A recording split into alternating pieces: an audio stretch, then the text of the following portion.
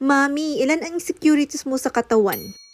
Pagka nagkaanak ka na nga, hindi mo na talaga mabibilang kung ilan yung insecurities mo sa katawan. Andyan nga yung lumalaki ang butas ng ilong. Charis. Hindi napansin ko lang kasi itong mga blackheads ko dito sa ilong ay naapo. So ito nga't may share ko nga sa inyo itong ginagamit kong pantanggal ko ng blackheads. Tanay, kapag hindi ko nga tinanggal tong blackheads ko sa ilong ay magiging uling na lang ba? At nung wala pa nga akong anak, hindi naman ganito kagrabe yung mga blackheads ko. Kumpara nga na nandito lang ako sa bahay na nagpapagpag ng alikabok ay mas lalo ngang dumami yung blackheads ko. Ay naapo, ganun ba yun? Kung sa bagay meron naman talagang epekto sa araw-araw na ginagawa natin. Hindi nga ako araw-araw na lumalabas pero araw-araw naman akong naglilinis. Siyempre nga sa araw-araw din naman na paglilinis natin ay napupunta nga sa mukha natin yung mga alikabok. At doon nga nagkukos yung mga pimples, kasama na nga rin yung mga blackheads, whiteheads, ganun. Kaya naman isa na nga rin to sa insecurities ko kasi kapag napabayaan ko ay nagmumukha na ngang uling. Siyempre, para nga matanggal yung insecurities ko ay nag-i-effort na nga lang ako sa skincare. Siyempre nga kung kaya naman nating i-skin